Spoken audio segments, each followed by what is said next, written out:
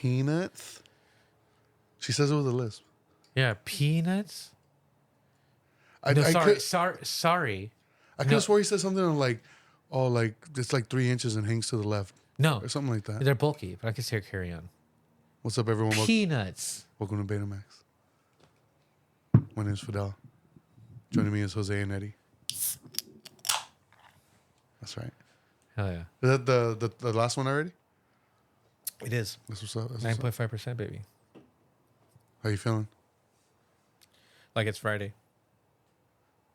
For my This Friday. is how we do it. Yeah, dude. You're so good at that, dude. What? It's singing. Nah. Yeah, dude. Remember Be Jealous? Oh my God, dude. Oh my God, dude. I have not thought about that. That's fucking hilarious, dude. That all started because I remember it was Amber driving. I was in the passenger seat, and I think in the backseat was Ronnie and Mark. And we were going back to my house when I lived with Wayne on Clark. And we interrupted two cats fucking. And then Mark just started like busting out, baby, baby, I know. Baby, I love you so. And then like I joined in, and I forgot who like recorded it. And it sounded like shit because it was like on a flip phone. But Mark was like, dude, we should start an R&B group. And we just called it Be Jealous. I remember showing up to the house, and then you guys were talking about like your fucking R&B group. And then like I heard the recording, dude. And I remember. Do you remember what you said? I don't. I do. Because you listened to it and you're like, so you guys don't care about like tone? That's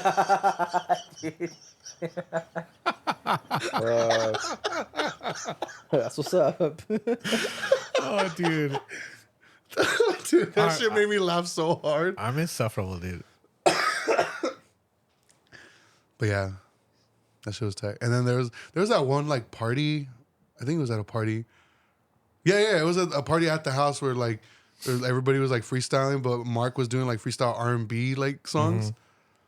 And he was just saying some like weird shit. I remember he was trying to like freestyle battle me. And then like it was like my turn to like spit back, and he like, dude, he roasted me. But like I don't like, I'm not good at that, like on the spot like that. Like I can write rhymes, but not like on the fly like that. And I remember like repeating myself, and he was like, you already said that shit. And I'm like, fuck, and I was all embarrassed. And ever since then, dude, I've thought about like what I should have said. In the shower, what? Like, I should have fucking said that shit. 10 years later. Yeah, dude. Damn, Be Jealous on me. Should bring it back. Yeah. So is it the letter B? The letter B. How do you spell jealous? Just how it's spelled. But it was B dash and then how it's spelled. Oh, okay. Because we even didn't we do like a photo shoot at the beach? Oh my God, we did, dude. Because it was like, Dude, and Mark was like, dude, like, we went like under the pier, and he was like leaned up against the pier, like. That's hilarious. I feel like I got a tattoo that day, and I went to the beach. Yeah, And Steve was there. Like, there's a bunch of us there. There's a bunch of us there, dude. There's a bunch of us there. Dude, man, why you gotta be all nostalgic and shit? Be jealous on me, baby, baby. I know. Damn. Let's bring it back. I care about tone. I just remember harmony. I just remember you like we're listening to it. You're like, oh, dude, what do you think? And you're all, so you guys don't care about tone, huh? That's so stupid, dude. And Mark was like, nah, fool, that shit's tight. I fool thinks everything's tight. All right.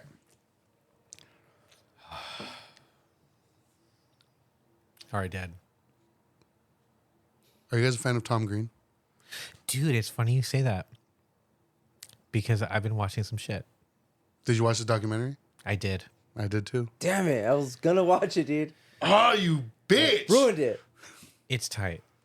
I saw, and it's on, I think it's on Prime. It's on Prime.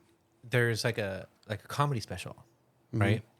And it it's on there as if it was a series, but there's only one episode, and like he mentions he's on tour, so I imagine like if there is other episodes, it'll be like different stops. But that was like about an hour long, and it seemed like because he's like, oh, this is for my special, you know. And I was like, oh shit, like so it's not, maybe it's not a series, like it just got put on the platform that way. But that was dope too because he talks a lot about like his transition of, you know, being like this comedian and then going into like the farm. Yeah. You know, that shit's mad interesting, bro. I haven't seen that special, but You should. It's funny too. Like, and it's cool because like there's moments in it where he like tells jokes and it's kind of awkward, but it's Tom Green, yeah. you know, and he's telling a story at the end of the day, and everybody was kind of like there for that. And it's like, oh, it didn't land the way that like, you know, perfect world scenario would have, but like it was still hilarious, dude.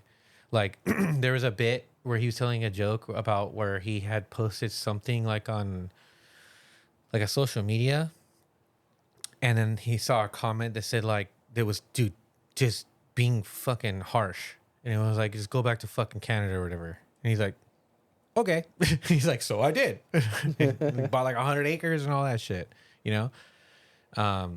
Yeah, dude, it's an interesting story, dude. And like even on that comedy special he does, he comments on like being on your phone and like referencing current events without having to like name anything in particular. Just like an overall general like where like he's like, oh, I remember a time like when, you know, like we're like all boomery and like, you know, we didn't have like the fucking cell phone in the pocket, like you know, he's like, did you ever collect rocks, you know?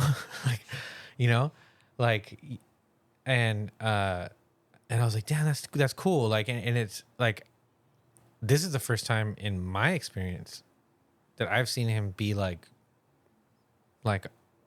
anything other than just this fucking ridiculous person. Did you Like, ever over watch the his top. like his late night show? Yeah. Yeah. Yeah. But I saw the one, I'm more familiar with the one that was on MTV. That's the one I'm more familiar with. That's the one I'm more familiar with. But like Okay. in that documentary, they talk about how he had like a local station. The public access one. Yeah, the public access version of that. Uh-huh. That is what it basically looks exactly the same, except just, you know, MTV has like a bigger budget. Yeah. So like the set was nicer, like, you know, everything, the production was more dialed up, you know, but like he had been doing that for a long time. I after watching it, I was just like, I didn't realize how much of like an innovator he was. Oh, dude, for real. Like I didn't know, you know? I just thought like, oh, it's this fucking goofy guy, you know, from the 90s, early 2000s that I thought was fucking hilarious. Yeah. And I just thought like he was just like a Jim Carrey, where he's just an over the top comedian, you know? Yeah, like I remember him as the guy that put the fucking the mouse in his mouth, you know? Oh, Road Trip. Yeah, dude, like, you know, Like he'd do anything for a laugh. Type yeah, of guy. Yeah. dude, like, and then the pranks that he pulled on his parents, like, dude, pre-Bam Pre- Margera, Yeah. you know, like that shit, like, dude had to have like seen like when Tom Green was doing that and been like, I'm gonna do the same shit because it's funny, right? Because dude, that shit was mad hilarious, Yeah. you know. But it's like one of the things that really stood out to me in that documentary is when he was talking about when he was able to have Tony Hawk on the show. Dude. Yeah, and like when I remember seeing that, right? And to me it was like it seemed like they had been buds prior to this, you know, like, and like 'cause they're in the celebrity sphere, Yeah. you know, like all of that. Because at the time, like I knew Tony Hawk from the games. Yeah. You know, he was a skater, and Tom Green, like, you know, MTV, like, you know, it made sense. But then in the documentary, he reveals about like that was so crazy and mind blowing to him, you know, and like how he had set it up for them to do that skating bit, ahead of time, and then but we had previously known because of that documentary that he was super into skating Yeah.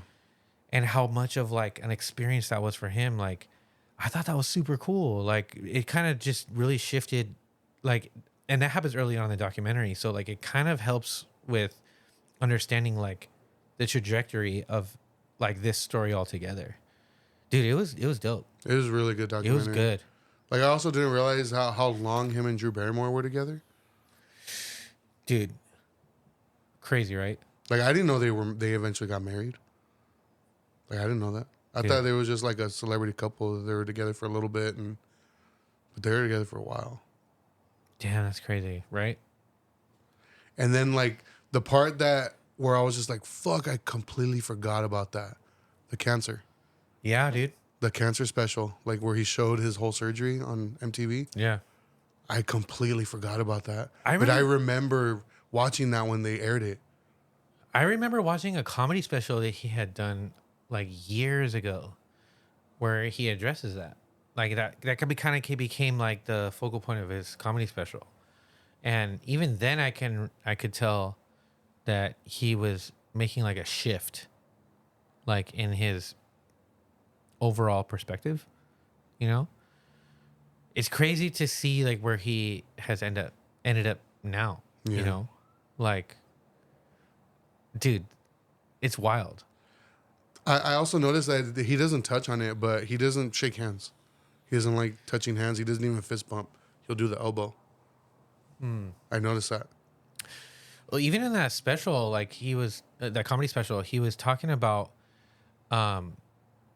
like COVID quarantine, and he was saying like he's like, you know, it was a global, worldwide pandemic, you know, and I have never experienced a global, worldwide pandemic, you know. So what I did everything they told us to do during a global, worldwide pandemic, you know, Yeah.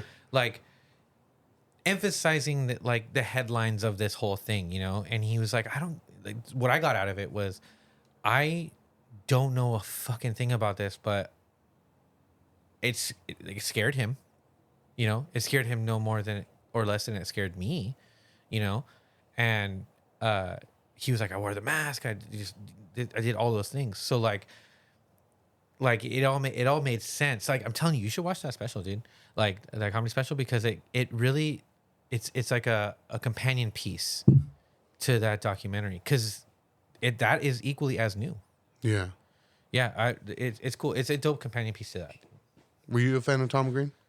Yeah, dude, he was. I mean, he was up there with like Johnny Knoxville and Bam and all that. Like, growing up watching it, his show, dude, the Tom Green show is like. It's one of those comforting things when I rewatch it. But, and dude, Freddy Got Fingered was one of my favorite movies Oh, growing dude. up. He Dude. talks about making that movie too. That movie is so ridiculous, but I loved it, dude. And he's just one of those guys, like, you just knew, like, there's more to him than that. Yeah. Because, I mean, anyone who acts like that, it's like how you mentioned, like, Jim Carrey, like, you can tell, like, as crazy as he is, like, there's, like, a method to his madness. Yeah. Like, he's just very, like, and sure enough, like, I mean, after he kind of dropped off, you know, he wasn't as popular as he was at one point, and I just kind of forgot about him, too. Mm-hmm. And it wasn't until like maybe not that long ago, like I saw that he had his talk show, and he was interviewing Eric Andre, and but he was like not the Tom Green that I would have thought of. Like, he was like calm, level headed, and like even Eric was like talking about that. He's like, dude, like he's like, I worshipped you. And you watch his Yeah. his show, like it's like Yeah. like he paved the way for him. Yeah. And he was like saying like, dude, you're like a god to me. Like you did, like you molded me into who I am now. Like I wouldn't be here if it wasn't for you and stuff. And Tom Green, he was so modest about everything, dude. Like you could tell he was just like, you know, I'm just like a regular person, you know, whatever. But it was interesting, like the hearing like how he talks and how he like when he's normal, you know. Yeah. Like, and I was like, dude, this is like the side I've never seen. And I was like, I watched that whole interview, dude, that whole episode, and I was like, this is tight. Like, he is a great late night host. Yeah. Just because, like, he has a lot of insight to like the showbiz and like Well, I mean, like he's really like like he's creative, he's thoughtful, you know, and he's obviously super intentional with the shit that he's doing. Yeah, You yeah. know, so like he is like this you know creative person. You know, not unlike I don't know any of us. You know, but like it was the wacky shit that he was doing that put him over. You know, Yeah. so like I mean, who's not gonna lean into it? You know. Yeah.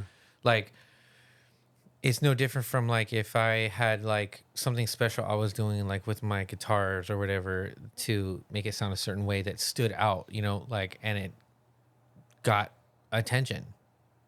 Why not lean into that? You know? Like that he knew what he was doing, you know? But what I liked about the documentary was kind of showcasing like how like what I got out of it was, and even like that special was like that boxed him in too much. Yeah. And kind of like that Jim Carrey-ish like sentiment where it's like, I don't want to be reduced to like this character.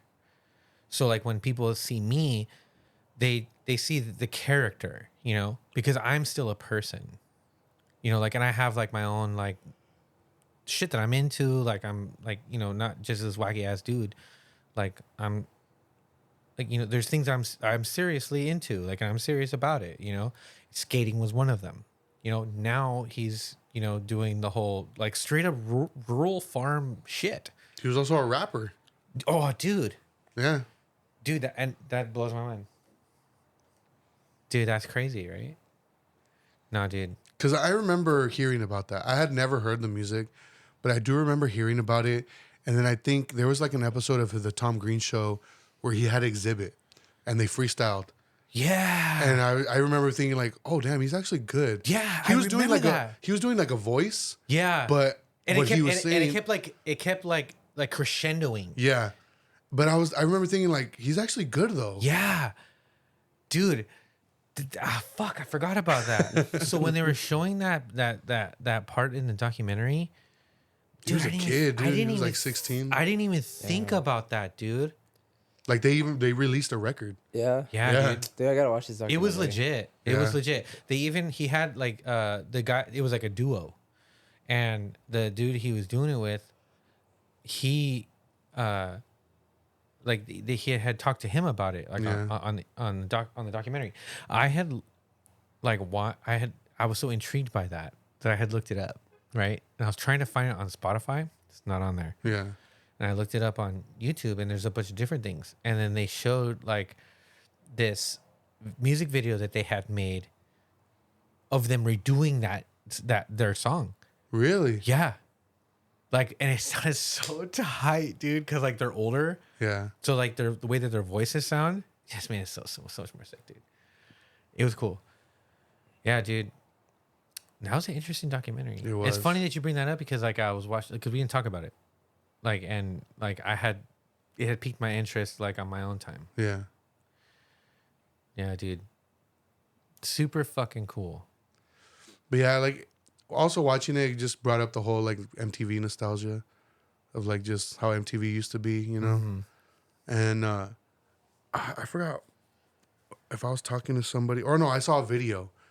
It was on TikTok of this person saying like, oh, you know, now we have social media and we have like all these streaming these ways to listen to music instantly or watch a movie instantly. Mm-hmm. And he's all, what I want to ask is like people that grew up before all this was readily available, how did you get your like pop culture news? How did you share music? Like if you're at school and somebody was like, oh dude, this song is so cool, or like this record is so cool, like did you just have to wait till you got home? Like, and when you got home, how did you listen to it? Or did you have to wait for it to come up on the radio or like how? Like, so it got me thinking, and I was just like, you know, that is true. Like, but I feel like it was because of MTV, like especially music related stuff, like because they had like MTV News, and then just music videos constantly, you know. Yeah, and then like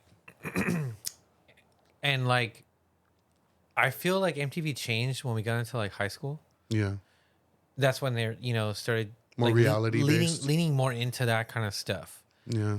And but that was at the same time that I had like really discovered like punk music, and prior to that like underground hip hop, because hip hop works the same way, as punk. Like you have a zine, you have like your word of mouth, you look at the records, you look at the the sleeve and all that stuff to discover stuff, and then you have to kind of like go out of your way, like I mean, we grew up in the age of the internet, and internet was around during like when MTV is still doing like Yeah. music shit, so like I remember spending a lot of time on the computer finding like websites or message boards where they had access to like and I found a lot of music that way, and it was sharing those websites with people and stuff, but for sure though, dude, it was definitely MTV.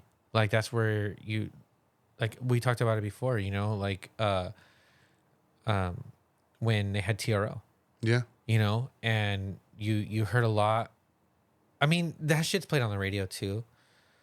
But then like, they had the guests, and that's like when I noticed like when Linkin Park came out and Mike Shinoda was wearing that Visionary shirt, dude, that was a long time ago. And you're like, fuck, for someone like me who's like very familiar with that, like I had the whole toxic fandom thing about it, like, well, this motherfucker will come out here, like, but like in retrospect, like that's super dope, like. So you would have been like, hey, name 5 songs. Exactly, dude. But like in retrospect, like it's kind of like, damn, that's super cool that he did that. Like, 'cause that's something I would do right now. Yeah. Like similar to how when I played that show at the Haven recently, it was with a bunch of like, dude, chugga fucking spin kicky shit. Yeah. I purposely wore the smoked 909 shirt, and when I took my sweater off, I overheard people being like, oh, hell yeah. Like they commented on it, and to me, that was kind of similar to that moment, where it's like, damn, that's tight. Like, not something that I would put like on my radar as like they would know about this or be into it, but they are. Yeah. And that's fucking cool, and the way that connected you is super dope. And MTV was definitely the catalyst for that, at that time, because I mean, like you said, now it's, it's in your pocket. Yeah. It's in your pocket. Like I said, like when the Tom Green rap group, the first thing I fucking did was pull it out of my pocket and look it up. Yeah. I mean, it's not there, unfortunately. Yeah. But. Do you remember like how you got into like stuff like that? Like if somebody like were to recommend you like a song or, oh, you should check this out. Like, do you remember like how you went about it? For me, dude, it was just a lot of like swapping CDs, dude. Yeah, I was gonna bring that yeah. up too. Because I didn't have cable, so MTV wasn't like a big thing until like by the time I finally did get cable, it was already like leaning more towards like reality shows. Yeah. So like the few little MTV moments that I do remember, it would be like when I would be at friends' houses and we'd be like watching it. But most of it was just like, like for instance, like that's how I discovered the Misfits. It was through borrowing CDs. Like I don't remember, because I had like my little case of CDs and Yeah. we would just borrow. And then one of my friends, I don't remember what CD he wanted to borrow, and he's like, "Oh, you just look through mine and you can borrow whatever." And that's where I saw like it was the collection, I think collection 2. And it had like the Crimson Ghost on the cover, and I'm like, this looks tight. That was the one for me too. Yeah. So, yeah, and I remember like I was like, oh, I'll borrow this one. He's like, oh, dude, you're gonna like it. I went home, dude. I played it, and I never heard punk rock like that. Like a good singer, like it sounds like fucking Elvis. Like I was blown away. Were you familiar with punk before that? Yeah, but it was like I was barely touching. Like it was like Ramones, like those top ones, But when I heard Misfits, like I was like, "What? I didn't know punk rock could sound like this." And of course, like from there, it just progressed to like Subhumans and like the more crazy stuff. Same. But yeah, it was still, a lot of it was through CDs. Like I think even Slipknot. Like I think I I think well, not the self-titled. What would be the? Is it self-titled? The first one? The first one is self-titled. The second album is Iowa. What The was? self-titled is the red album cover. Okay, yeah. So what would you call the one before that one? Is that even like? Is The that one just a before demo that or one, what? the one with the different singer, Yeah, Make Feed Kill Repeat. yeah. That was more just of a like an unreleased demo. Oh, so it's not like the official first one. No, Then. no. Okay. That Yeah. one was never officially released. Okay. Yeah. So So I guess like the self-titled, like that's how I heard that one, um, because like of the artwork. I was just like, damn, this looks tight, and that was like my first taste of like metal. But a lot of it was just like kids carrying their CDs in their backpacks in those little sleeves. Yeah, because vinyl wasn't a thing till I was like way older. Yeah, same here. Like vinyl, I didn't get into vinyl until like I 2007. just because I feel like vinyl doesn't really make sense for young kids. Really, it's Yeah. expensive and it's like, it's yeah, it's obvious. It's more for like okay, I think, I have a job, I can afford this shit. Well, it's old. Yeah, and it's old. Like yeah. I didn't get into vinyl until like I was in a band that made it, you know, like, and at that point, like that's when I realized, like that this, like this is cool, you know. Yeah. And then from there, that's when I started getting into collecting some, you know, because you appreciate it differently, I guess, from that perspective.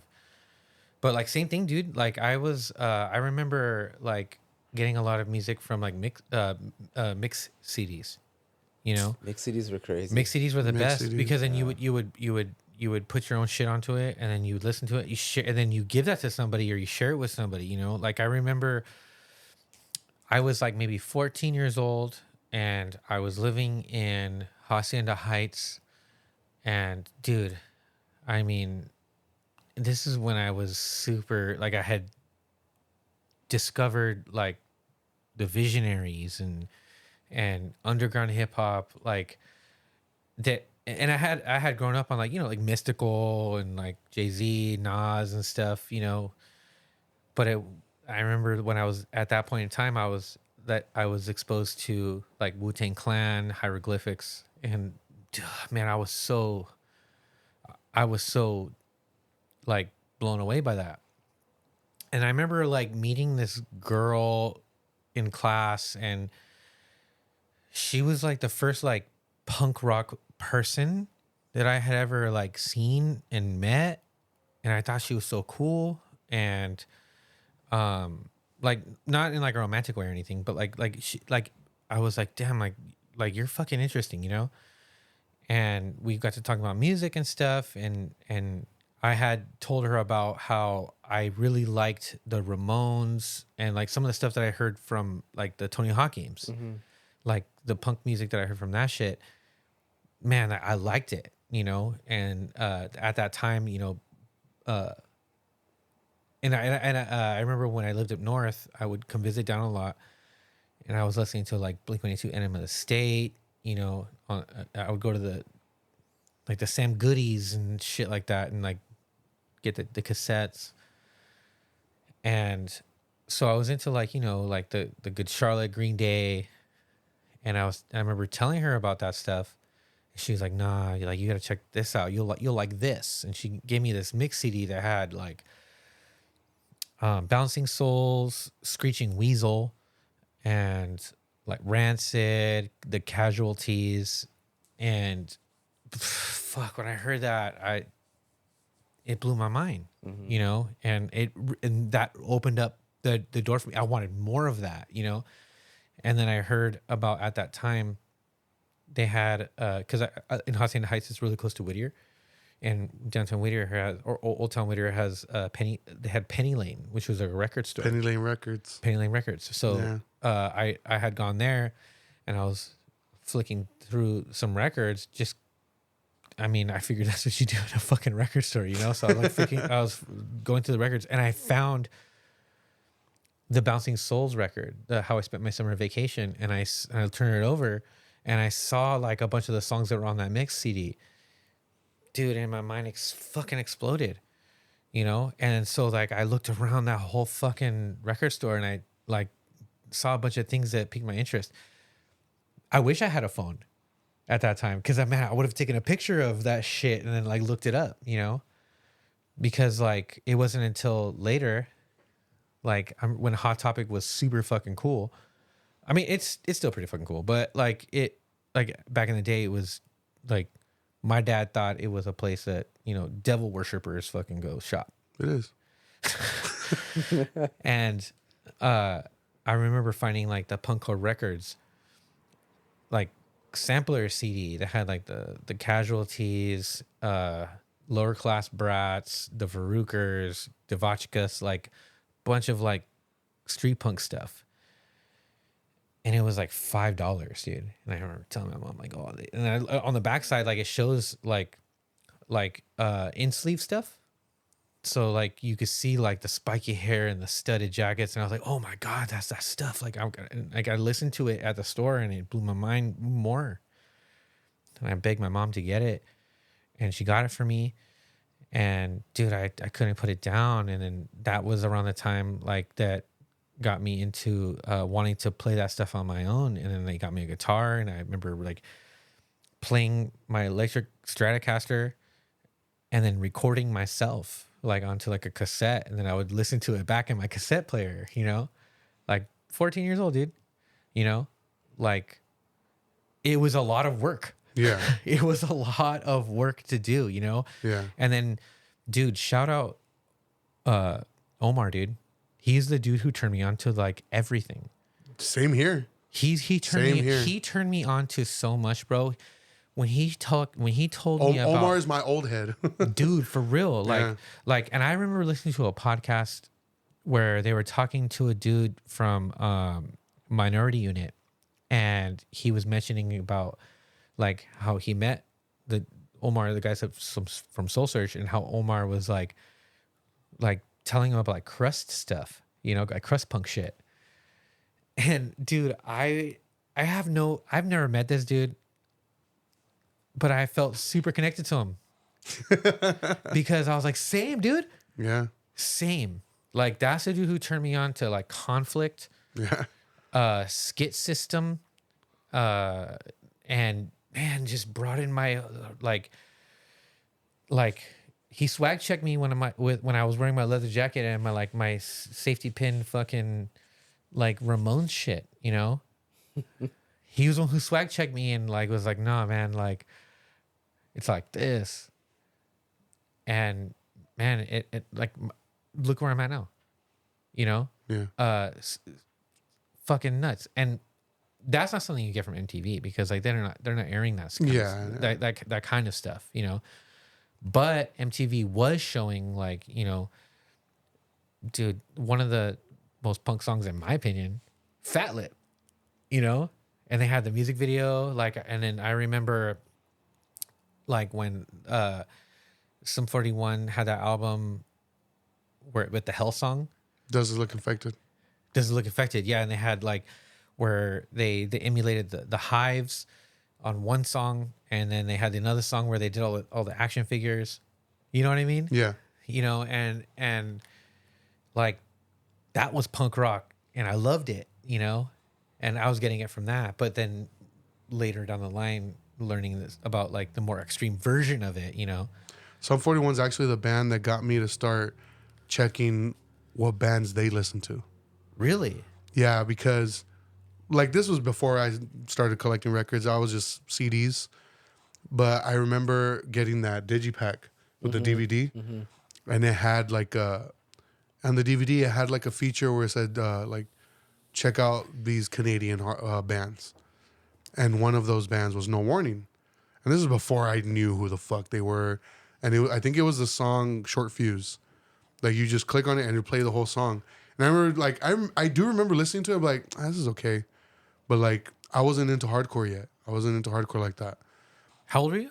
It was when the CD first came out. So what year did that come out? I don't even remember. That shit's old. I think I was in seventh grade when that shit came out. Does this look infected? I was like 14. Yeah, so it was like freshman year, dude. Like 8th grade, 9th grade. You guys are older, so I was in 7th grade, so I had to be like 9th grade. How old are you? I'm 34. You're 34? Yeah. Oh, okay. But yeah, like after that, I was like, okay, so this is what they like. And I remember like the next CD I bought, because I loved always going through the booklet and like reading about like who's in the band, like the production aspect. 2002. Damn, yeah. Yeah, we're freshman year. Freshman year. And after that, I was just like, there was always a section where they thank bands, but I never paid attention to it. That's when I started paying attention to it. Interesting. Because I'd be like, oh, okay, this is who they like. It's funny you bring that up because I remember having, because I love the Gorillaz, especially that first album. Eddie loves And- Gorillaz too. Huh? He loves the Gorillaz too. You do? Yeah, especially the ones that aren't in cages. Fucking vegan.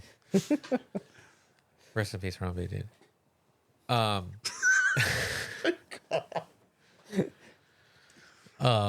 Too soon? Too late. Too late. Oh shit.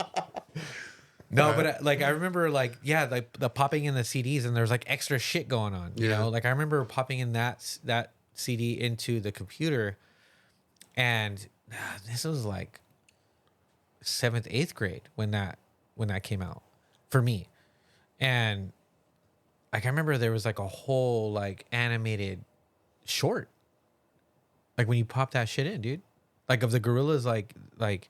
Oh, I thought you were still talking about Sum 41. I was like, I don't remember that. Oh yeah, so like, but like, well, because of you, Yeah. When you,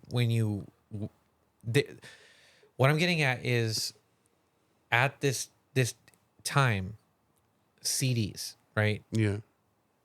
There's a lot you can do with them, and then they took advantage of that, because this is like when you had to go on the internet, it had like like the login, like the Like you had to use the AOL disc. Exactly.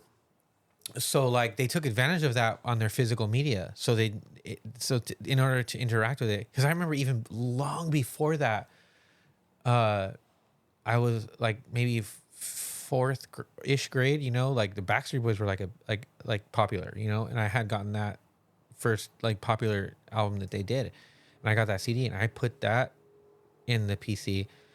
And that had a whole bunch of shit on there, dude. Like damn near a documentary, One thing I love too that you don't see, you can't really do anymore on streaming, but some albums would have like secret songs. Towards the end, and they weren't listed on it. And till this day, like for example, like Bright Eyes, they have some songs that are only on the CD versions, and they're fucking great songs, but they're not on streaming. They're not on the vinyls. It's interesting you say that. Because if you listen to Dystopia, they do a Rudimentary P9 cover, Cosmetic Plague. You're familiar, right? Mm-hmm. That is a secret song. So on the record, after the whole record plays, there's a long period of like absolute silence. There's like 5 minutes of it. 5 fucking minutes. It takes forever. And then they do the song. Mm-hmm.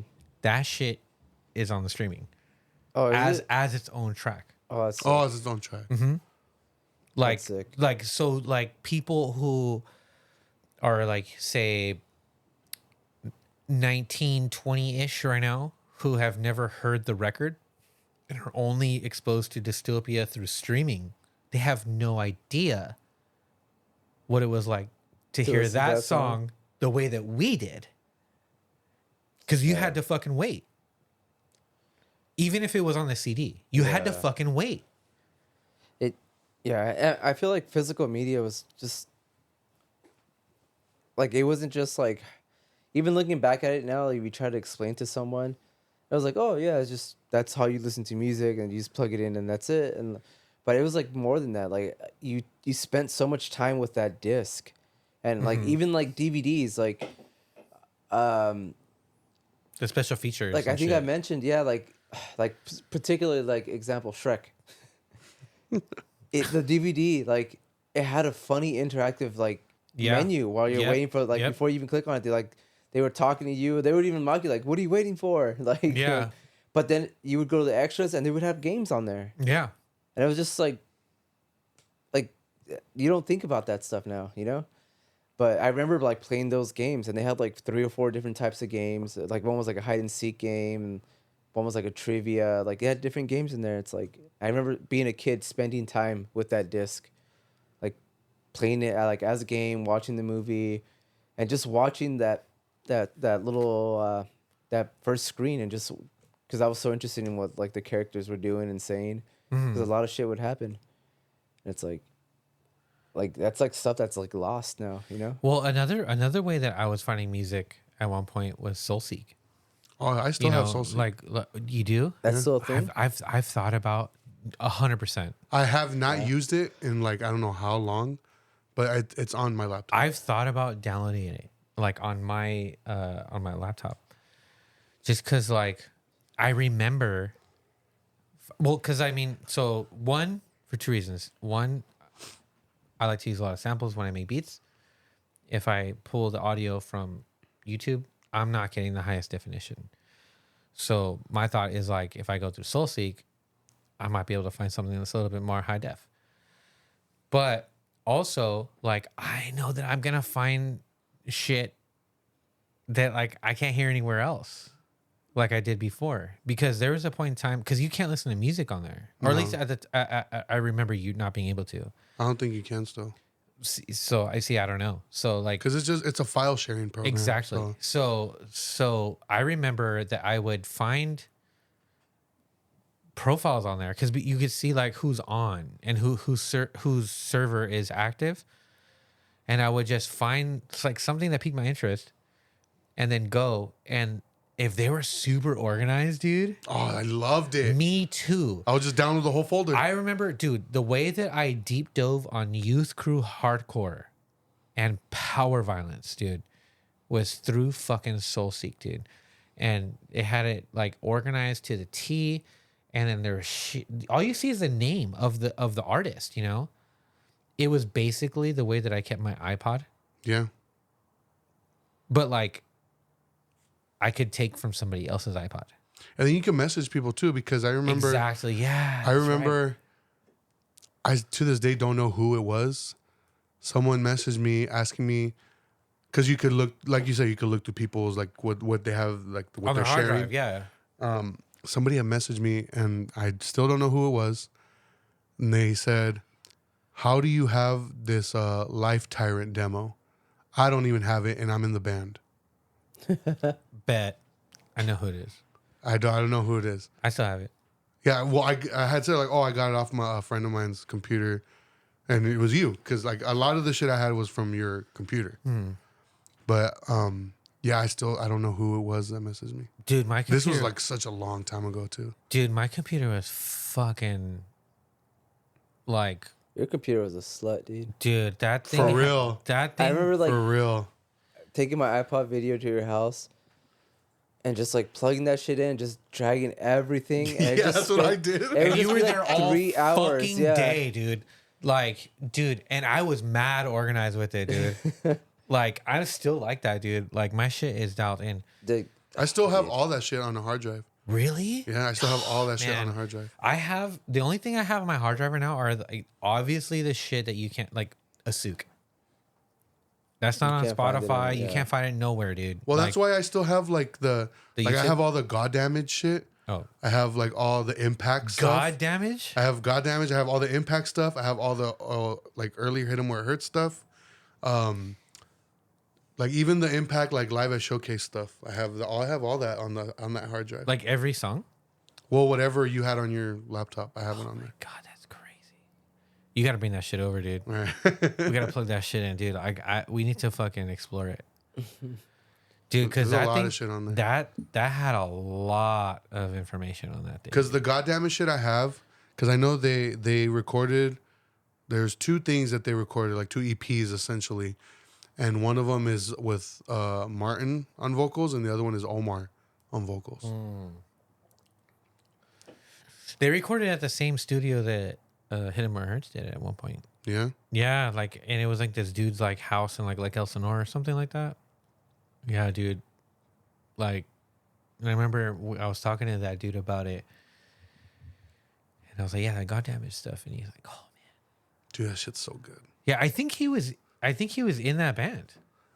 The guy that recorded it? I think I even have it on my phone because I just like it so much. Shut up, dude. Let me see. I do. Shut the fuck up, dude. I do, yeah, I have it.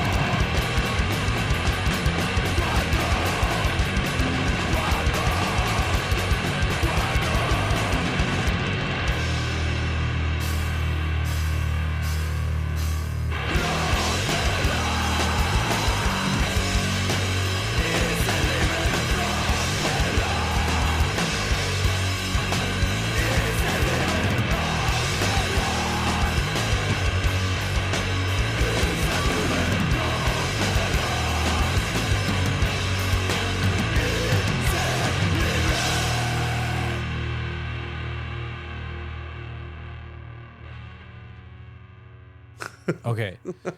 So when you put this up, you have to edit it. To where that... Exactly. Because I don't want people to hear that shit from your phone in the microphone. Okay. Because it's badass. But yeah, That's your cue right there. All right. All right. Yeah, like, I have a bunch of shit on that hard drive, dude. A bunch of shit. That's tight. When was the last time you plugged that one in? It's constantly plugged into my laptop. Really? Because it's a 2 terabyte hard drive, so I have all the music on there, and then that's where I have like all the episodes like archived. Oh, nice. Yeah. You know what episode number this one would be? What episode number this one's gonna be? This one's probably gonna be like 170 something. I don't know exactly. Damn, that's tight. We're almost at 200. That's crazy. Are we gonna do something special? Probably not. No. No, I'm down. We could talk about it. We did something special for the 100. So What do we do? Ninja Turtles. Oh, that's right. Yeah. That was Right. a long time coming. Yeah. Maybe we can have Omar on. If he ever hangs out. Come on, Omar. We could punish you the way you punished us. Yeah, you fucking bitch. Could talk about how he would come to hang out at my house just to talk to my uncle about Morrissey and the Misfits and records instead of hanging out with me. That's cool. That's what's up. No, another thing I wanted to talk about. Did you guys have anything else you want to say about what we were just talking about? No. No? You kind of pulled it out of me. All right, we'll see everybody. No, I'm just kidding. No, this is like completely off topic, but it actually kind of in relation to LA Noire, because I have a coworker who's been bugging me to watch this show. It's an Apple TV show for a while. He's always telling me like, dude, you gotta check it out. You gotta check it out. You're gonna like it. And I've always like been putting it off, but I finally started watching it, and it's a show called Sugar. Have you heard of it? No. Have you heard of it? No, It's an no. Apple TV show. Right now it's only 1 season. I'm only like 5 episodes in. It's fucking awesome. Yeah? And the reason I say it's in relation to like LA Noire is because it feels like a detective noir. Like it's with Colin Farrell. He plays this private detective, and like he's narrating also. And he's like, "Oh, why did she say like that?" That type of shit. Okay. And there's a lot of scenes where they do it like in black and white. But I guess he's like an executive producer on the show as well. But dude, it's so well done, so well acted, and it definitely has that like noir detective feel to it. It just feels like this could have come out in like the 20s. But it's modern time. Oh, okay. It's modern. Yeah, Okay, it's modern I was time. about to ask. No, yeah, it's all modern time. But dude, Colin Farrell's so fucking good. He is such a great actor. It's crazy to hear that he's doing. How new is this? This series came out in last year. Really? Last year, yeah. So was he shooting both? Penguin and this? Probably. That's crazy. Probably. That's crazy because that takes a lot for him to get into all that for Penguin. Yeah. And to shoot both simultaneously is wild. But yeah, like I said, the acting is really good. The writing is really good, and it's just like it's a. Do you guys like detective like stories? Yeah. Yeah. Yeah. Who Framed Roger Rabbit? Oh yeah. Okay? So have you seen Sin City? Right? No. You've never seen Sin City? No. You've seen Sin City, That's right? wild, dude. That's weird. That is kind of weird. Dude, that movie's sick. Yeah. That movie's fucking sick. It's by the same guy who did 300, right? No? No. Zack Snyder? No. Oh, really? Zack Snyder did 300. Sin City's Robert Rodriguez. Oh, okay. Robert Rodriguez and Frank Miller, which Frank Miller is the author of the graphic novel. Which is why they kind of have like a similar look to them. Sort of, yeah. But kind of side story here, but the reason it's directed by Robert Rodriguez and Frank Miller, because at the time when it came out, there was like a strict rule: you can only have one director unless they're siblings. I don't know why, and like That's weird. yeah, and unless they're siblings or unless it's like they always only work together, like it can't just be one. You know what I mean? Yeah. It was like a rule in like the Directors Guild or whatever. So when Robert Rodriguez wanted to give a directing credit to Frank Miller for Sin City, the Directors Guild was like, no, like you can't do that. Like, or else you can't, like, you won't get our approval, or you can leave the Directors Guild. And he was like, all right, fuck you then. And he left the Directors Guild. But That's Robert tight. Rodriguez, he's always been,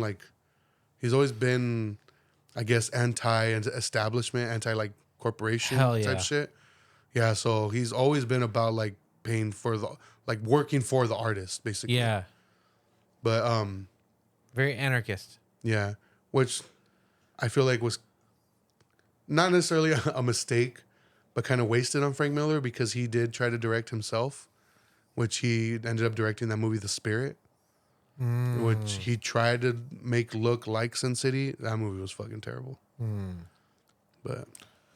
But the reason I bring up Sin City is because do you remember the movie at all? Sin City? Yeah. Yeah, I've seen it many times. Do you remember like how Bruce Willis's character is?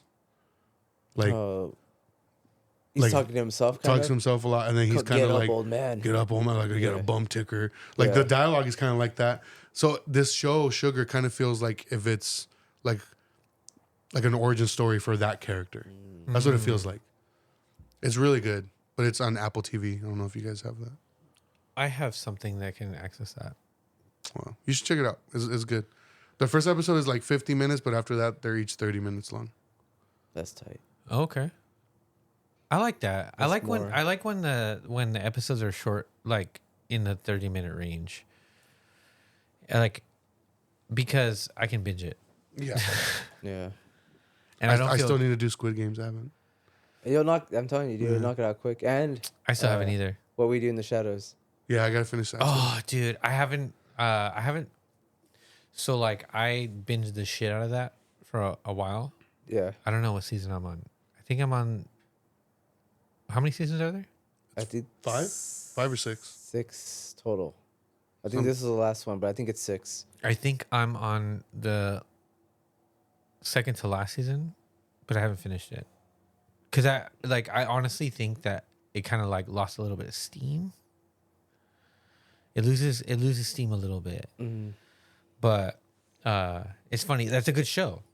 Yeah, That is a good show, and I remember telling my mom about it, and she started watching it. Her and my sister started watching it, and they love it, dude. It's one of those shows that's like,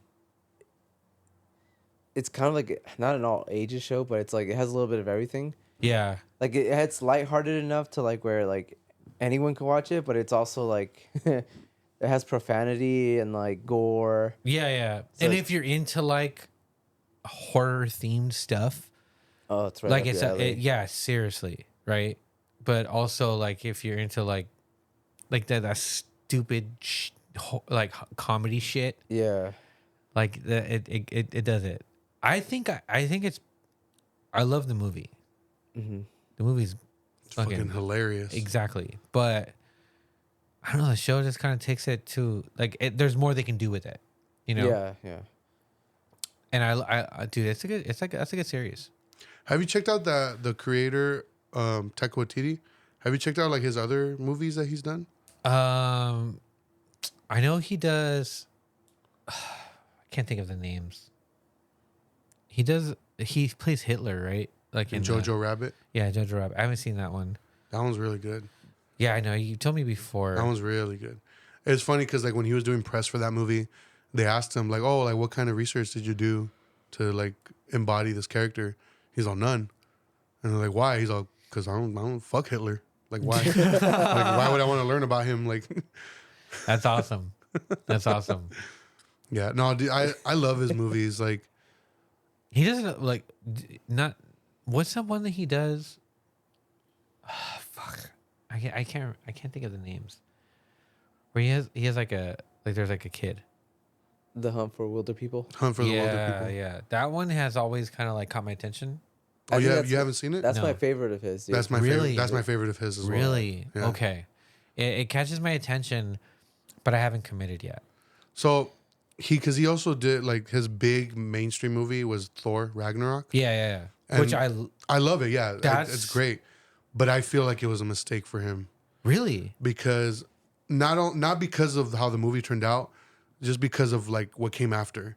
Because he also did Love and Thunder, and that movie was fucking horrible.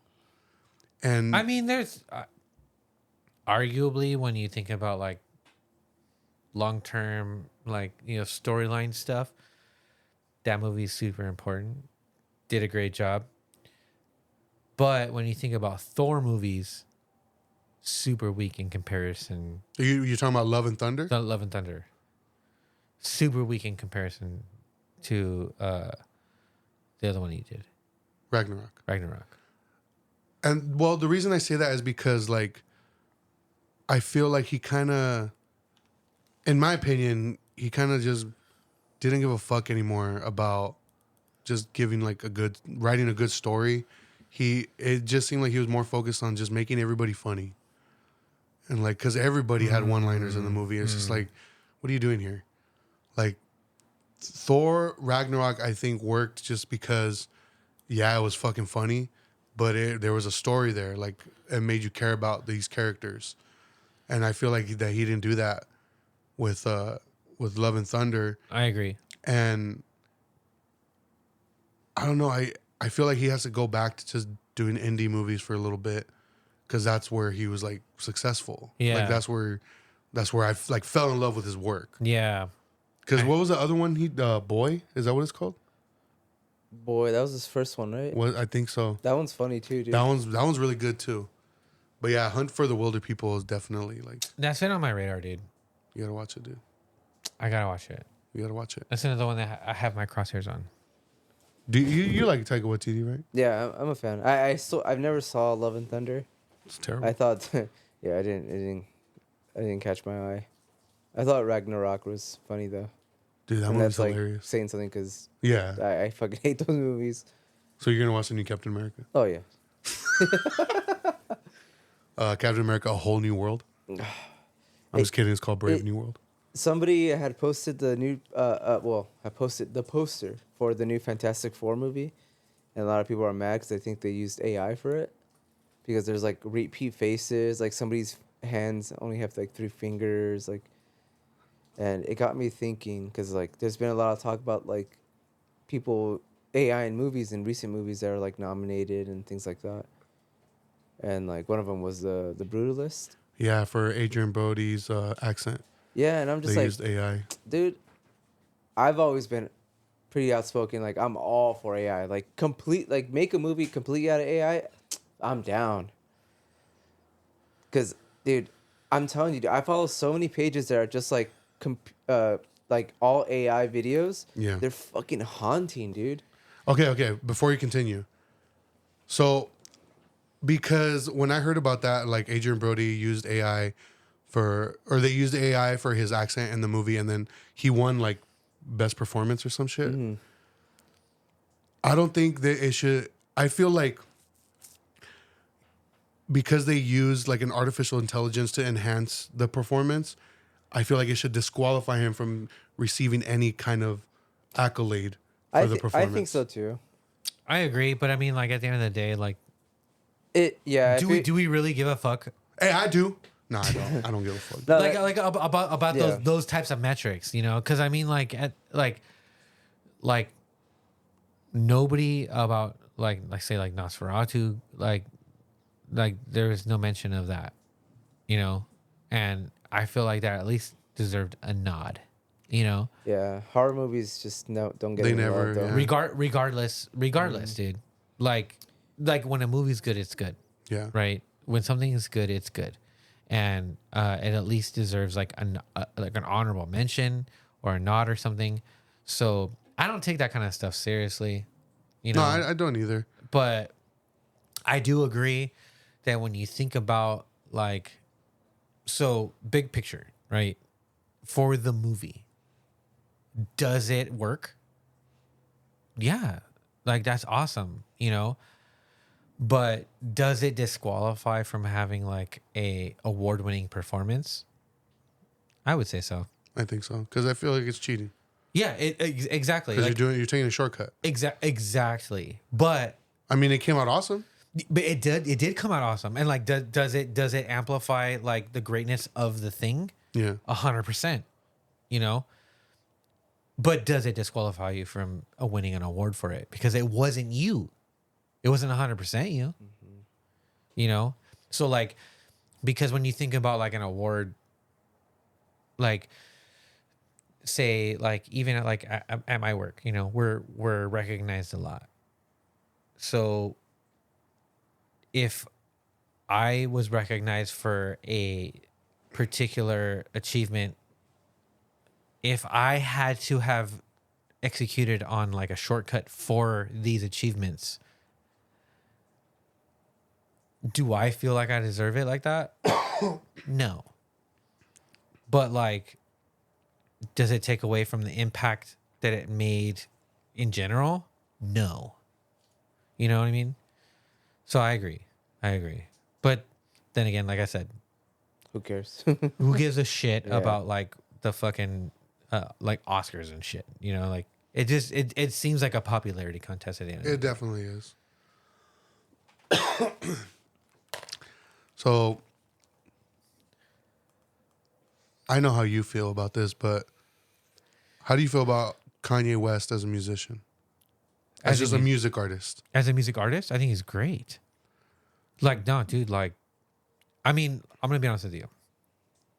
I don't listen to anything he puts out, like right now. Why is that? Personal reasons or just you don't like the music? Whatever I hear, I'm like, this is cool, you know, but it's not anything that I'm like, oh man, this bangs, you know, like where I want to fucking listen to it all the time. You know what I mean? Because for me, it's as simple as like, does this knock? Yes or no? And if it does, I'm going to bang it all the time. And if not, then like, yeah, I'll listen to it, appreciate it for what it is. And then that's it. You know, like GNX is something that I play frequently because it's great. Yeah. And I fucking think it's so great, you know? And there's nothing else more than that. With Kanye stuff, as of recent, it seems like he's just doing his thing. And there's a market for that. You know, there's people who appreciate it and love it and they bang it all the time. I'm just not one of them. You know what I mean? But like, you know, my beautiful dark twisted fantasy or whatever, you know, that's a good fucking record, dude. You know, that's my favorite. And that's something that like I put like on a high regard, you know, like in everything that came before that from Kanye. For me, like from a production standpoint, I really like Yeezus a lot. Oh, dude, for I hated sure. that album when it first came out, though. I don't know what it was. I hated it. But like Oh, he ate on over that one. time, like the production on it, I was like, damn, this is fucking amazing. But the reason I'm like, I transitioned from like the whole AI talk with the Brutalist to Kanye is because he announced that his next album, he's going to be using AI to make music. on Really? it. Yeah. Okay, interesting. I don't think I like that. I'm whatever about it. I'm just like weird about the whole like self-proclaimed genius stuff, you know? And if this is we've all used AI to help us like Yeah. write a thing, to do a thing. I've used AI to do some of the episode covers for the podcast. Word. So I mean like it's a tool Yeah. to help you accomplish something that you did that was awesome. I'm all for that. You know?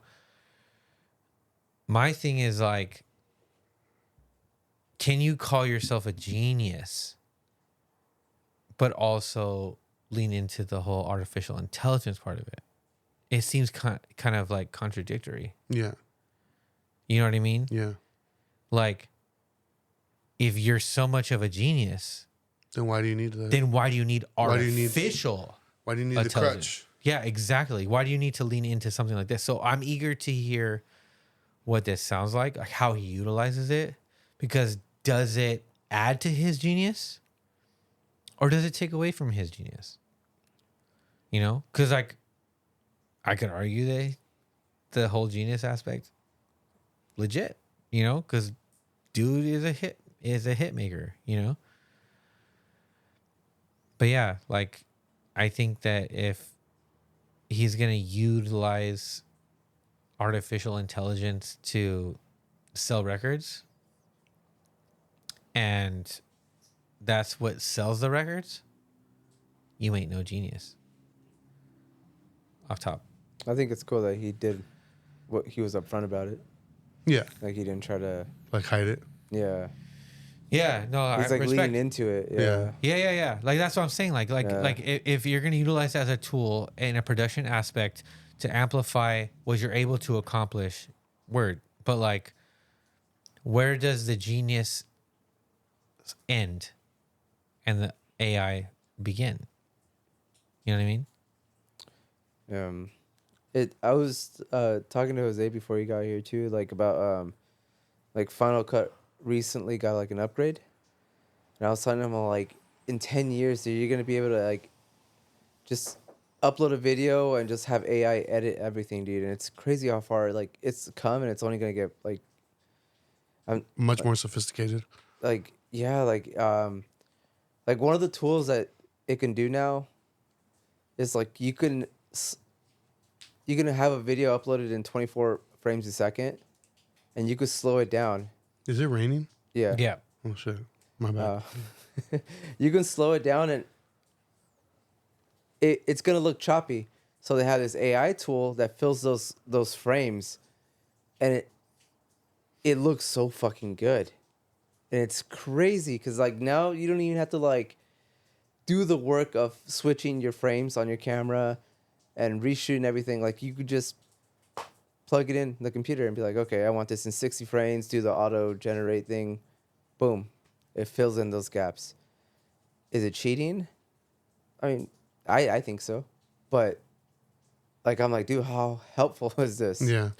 I Like, think that it's kind of goes back to crazy. the whole discussion of like having to search out music as opposed to being able to pull it out of your pocket and find it. You know what I mean? Like, cause that like that's how the artificial intelligence has evolved to Yeah. help you like with the end product, you know? So like, but I mean, in that aspect, it's cool because like it's a tool for you to like zero in your efforts into like manifesting like the end product, But sounding or being a certain way. yeah, But I mean, it even goes a step forward. Of that, so like you can upload an entire 15-minute video of you like talking. There's a fucking little like filter thing in there that you plug it in, and it'll find all the spots Imperfections. in the video that where you pause, maybe there was like an awkward silence, maybe you repeated words too much, and it'll highlight all those and chop them for you. So it'll shorten your 15-minute video to like an 8-minute video, and just get rid of all the excess. And it'll still be like coherent. Yeah, and it's insane.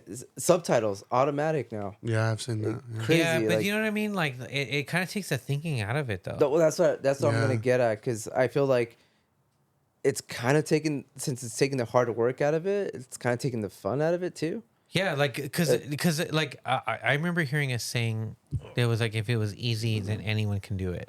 Yeah. And I feel like that's what AI is capable of doing. Yeah, dude. You know, like, so where like, I guess the dangers of it are like, on one hand, the positives on one hand, it's a tool for you to execute on something so that the end product comes out like the way that you want it to. But on the other hand, it's like, it could open up the market for oversaturation. Like, and like, so what is good? Like, is this a really good director, or is this some fool who like leans into like heavy AI, you know, to accomplish this particular like feat, you know, with music, with film. But I mean, even further than that, dude. I'm like, okay, dude, I have some money I've been saving up because I want to buy an espresso machine. So I had one before. I learned how to dial in shots and all that. It took a lot of work because I didn't know anybody that did that shit. So, you know, just tons of trial and error, watching YouTube videos. Eventually, I got the hang of it. I ended up selling it, and then now I want to get one again. So I was looking at the market, you know, and there's like, since I had that machine like maybe 5 years ago, since then there's so many new ones. And Ninja, everyone knows the Ninja brand. Yeah, I have like a lot of those. Yeah, so they just made an espresso machine, and I'm like, I don't know, that's not like a brand that I would want to buy. But I was looking at reviews, and they're all fucking great. And when I was looking at the reviews, it does all the work for you. You know, it measures your doses. It even gives you recommendations to pull perfect shots. It has like the tamper already built in. It does everything. And then I was looking at them like, damn, and it's cheaper than buying like the one I had my eye on that you have to do yourself. It's a little, If it's easy, then anyone can do it, dude. yeah, it's very beginner friendly. And Yeah, but I mean, like it takes the fun out of it. yeah, and I was like thinking, I'm like, that's tight, but yeah, I'm not. I want that frustration to dial in the perfect shot. So then, like, when I Exactly. drink it, it's like, okay, yeah, So I make fucking like hardcore music, right? Mhm. So imagine if I had an AI like counterpart that could produce everything for me, and all I have to do is turn it on, activate it, Write a prompt. tell it what I want it to do, and then it spits out the thing, and I'm like, sounds good to me.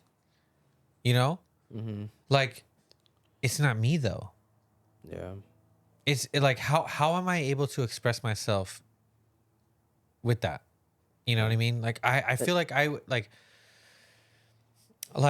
I would need more control, not in the aspect because like I'm a control freak, but like just because like it has to come from me, like, and my like Yeah. soul, my like, you know what I mean? Yeah. Like, I think it comes down to like a personal thing.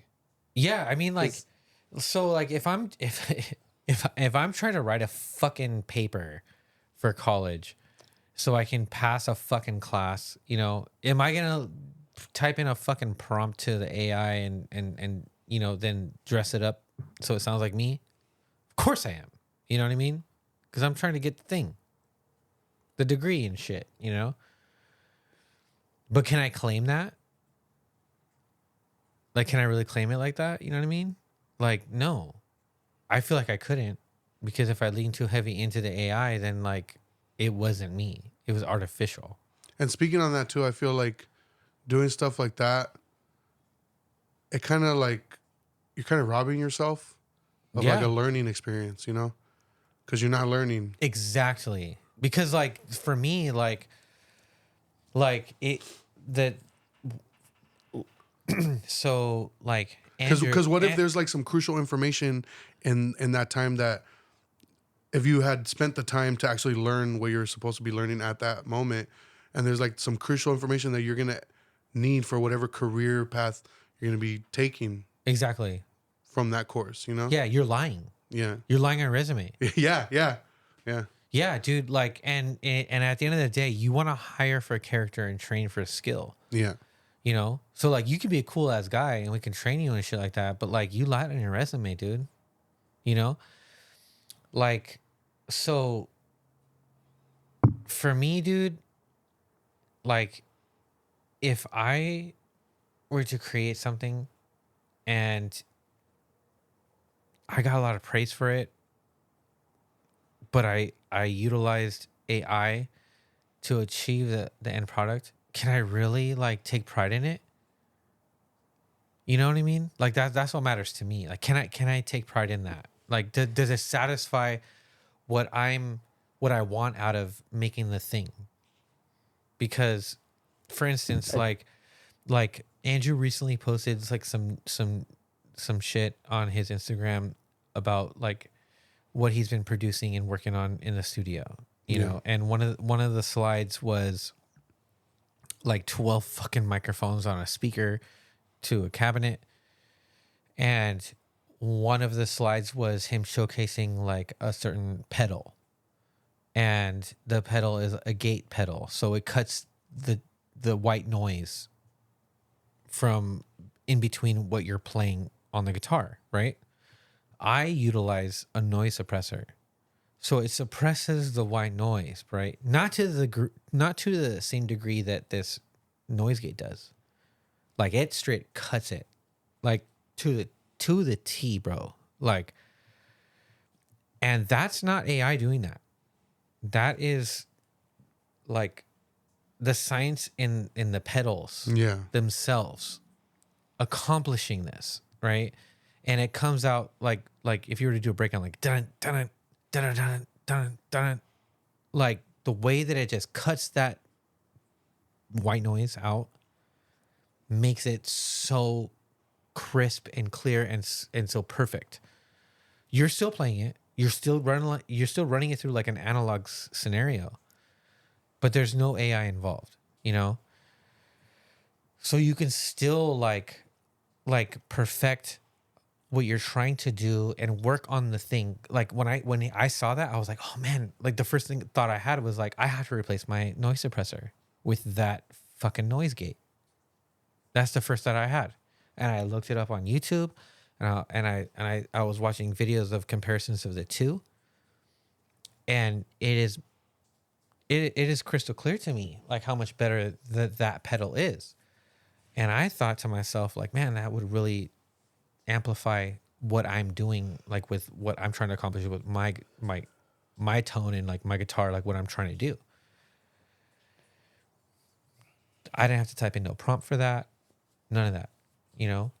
And I'm willing to invest in that and then record it, put it out there, and I can take 100% pride in that, you know. And it's just what I have in my arsenal to accomplish that end goal. And it's satisfying to me because like I'm a nerd about like gear like that. Like, I mean, you see my pedal board, dude. Like you've seen Hit 'em or It Hurts from its inception. Yeah. Right? Yeah. Think about like from there to what I built like pedal wise for like AC/DC to like what my setup is right now. You know? Yeah. Like I get the most compliments on my tone. And I do not utilize no AI for that, dude. Like it's a lot of like the hard work and like utilizing like yes, it's other people's creations, but like it becomes like an amalgamation of like hard work that comes into accomplishing this thing, and it's mine at the end of the day, you know. And I can't attribute it to anything else but like but me. And that's satisfying and it's gratifying for me. I would feel like if I were to record the same thing and I were to type in a prompt or like set it up in a way where like it accomplished that for me, I feel like I'd be cheating. I feel like I'd be cheating, bro. You know? And I'd be cheating myself. I'd be cheating the people who hear it. Because because I mean, it's going to come out bomb either way, you know? Like the end result is going to be perfect. Right? And the person who receives it is going to be like, damn, this is fucking awesome. But like, was it me though? And that has to matter. You know, so like if it's not you, then like, So do you think like it can coexist with like non-AI and AI like things, I guess? Like, do you think it could be a thing where it can coexist? Because like I've said, like I'm not down for like artificial intelligence shit, but I do think it can coexist. And my main issue with it is the whole like the possibility of it being a replacement. yeah, You know what I mean? that's why like I respect it as like a tool Yeah. in certain applications, but like allowing it to infiltrate like every aspect of your creativity is just gonna diminish like what you're of who you are as an artist or a creator.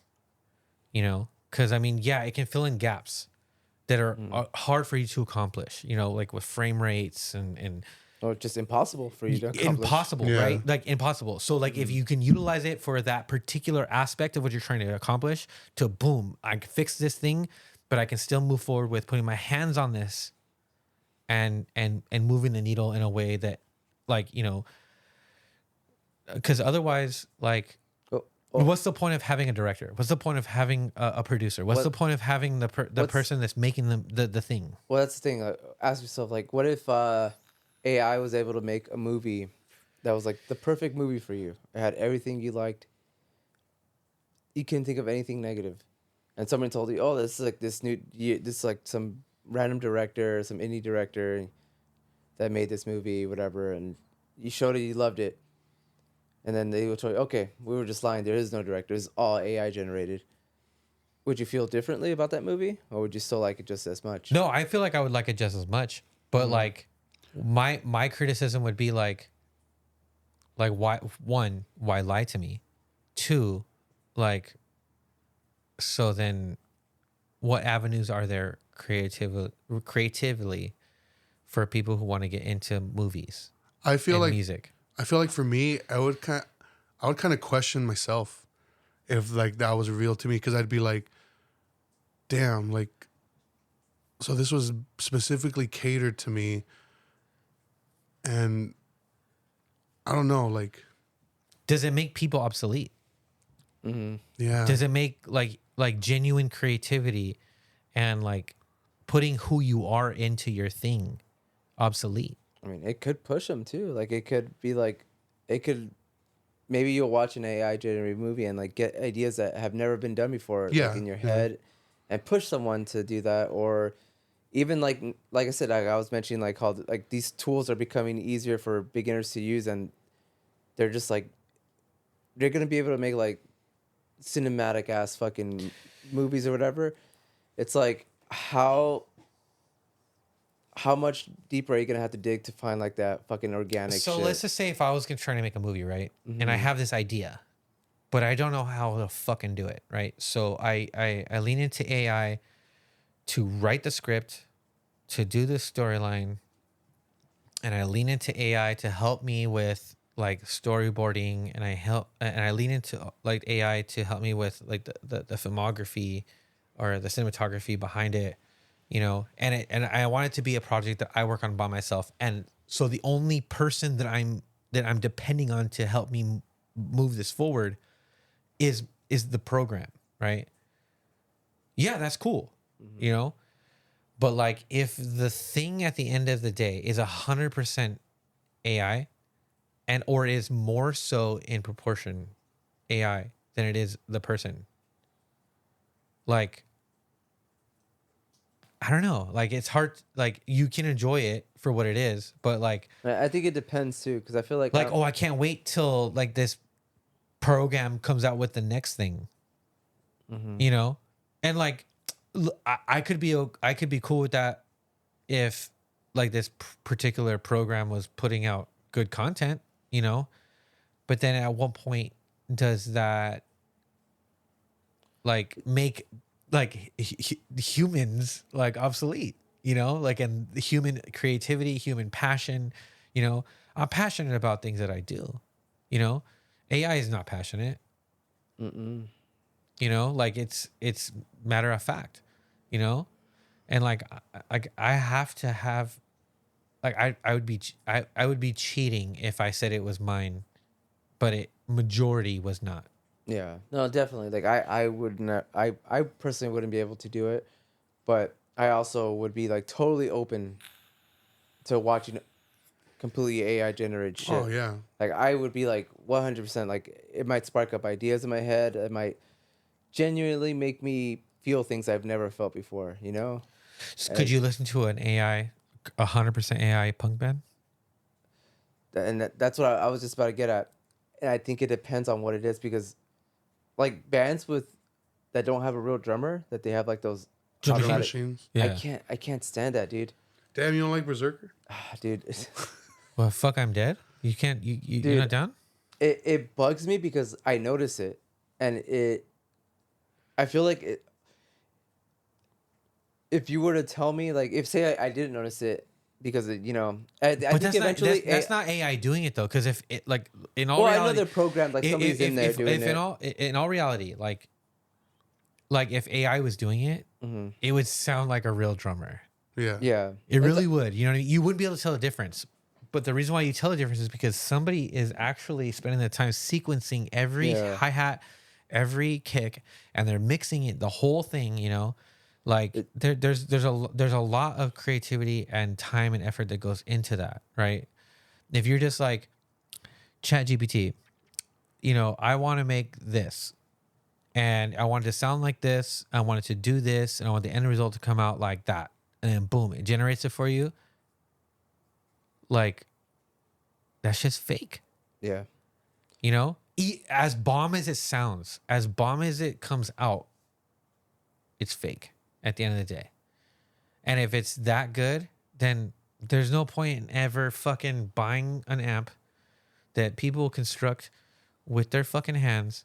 There's no point in playing a guitar that, bro, like, they're expensive for a reason. Yeah. You know what I mean? Like, I know many people who work in that industry, and they enjoy it because like they get to exercise like a thing that they're into, and product, like the person who builds the guitar, paints the guitar, they're not into it for the same reason as the person who buys that shit and then utilizes that shit in the studio, and AI more or less can circumvent that entire process, and at what point where's the line where that becomes like something worth praising because it's good, right? mm-hmm. You're praising it because it's good and somebody created that, or are you praising it because it's good because it's fucking perfect because it was generated through artificial intelligence, somebody who doesn't exist, somebody who didn't do it with like the passion that they have behind it, Yeah, I mean, I think it's just, I mean, it all boils down to the person, the individual that's receiving it and giving it. Yeah. But like, I don't know, dude. Like I said, like, it's just that weird line you got to walk where it's like, how deep are you going to lean into it? Like, Exactly. Are you using it just as a little tool to? Yeah. Are you utilizing it to fill in the gaps that you're having a fucking hard time doing? Or are you utilizing it to do the work for you? For you? Yes, exactly. So at what point are you sacrificing, like, because then like anyone can do it then, Yeah. Anyone can do it. But then it's like, are you cheating yourself from that? Like, is just because everyone can do it, like, does it make it any less great? Like, is it just, are you trying to gatekeep that from yourself too? Like, I don't know. Like, it's weird, dude. I do think you'd be cheating yourself out of it, out of like the creative process of whatever it is you're doing.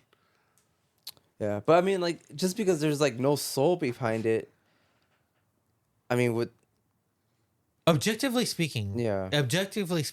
like just because there's no soul behind it doesn't mean the end product is gonna come out shitty, Yeah. right? Because it can come out like we're like it blows your mind. It can come out so like insane, and you're like, this is so good, right?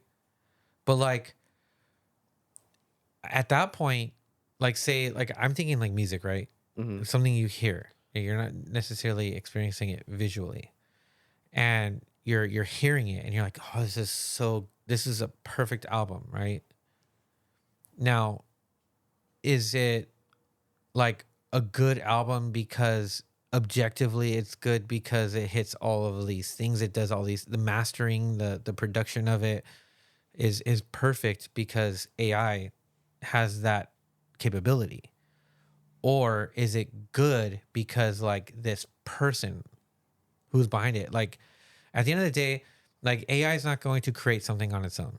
Somebody gotta has put to get the process going, right? You gotta make the skeleton and then. Yeah. So does that person get to reap the rewards from it? Yeah. That's where I say no. Absolutely not. Yeah. No. There's no way. Absolutely not, because you lean too heavy into it. Yeah. Did you utilize it as a tool to fill in small gaps to where it's like inconsequential for me as the viewer, the listener? Then yeah, you deserve the credit. You know, you deserve the flowers for having something come out that's bomb. Yeah. But if you lean too much into the AI, then you don't deserve it. It's the AI deserves a credit. Yeah. Yeah, I think if anyone's trying to get credit for it, then yeah, it's like, nah, fuck you. You didn't do shit. Yeah, like You it's typed lazy. in fucking a few words and clicked the button. Exactly. With that being said, I'm all for it. For Skynet taking over. Yeah, dude, for real. Yeah, fuck that, dude. Yeah. All right. Well, I'm gonna end it. But with that, who you going for the Super Bowl? Kendrick. Is he performing? Yeah. Yeah. He's the main guy. Yeah, like there's like I know the teams that are playing, The Chiefs and the Eagles. the Chiefs and the Eagles. But I do not give a fuck. I don't either. I don't watch football, so. No, I don't speak that shit. I don't give a fuck. Like we're gonna watch it, right? Mm. And I understand the game to a degree where I can follow it, and you know I'll enjoy watching it. You know, Yeah. but I'm not a competitive person like that. I don't watch football, so like I'm not gonna be like, oh my god, like fucking like the TV's not gonna break. I'm not gonna get mad. Dude, I'm gonna be flipping tables, dude. That's what I'm saying. I'm gonna be flipping titties on me. Pause. But yeah, I'm more interested when it comes to the Super Bowl. I'm more interested in like trailer spots, halftime shows. You know, not all halftime shows are something I look forward to. This one is, Yeah. you know, because Kendrick's mad disrespectful, and like I'm eager to see like what that's gonna be. But yeah, football's fucking weird. Shit sucks. All right. We'll see everybody next time. All right, fuck football.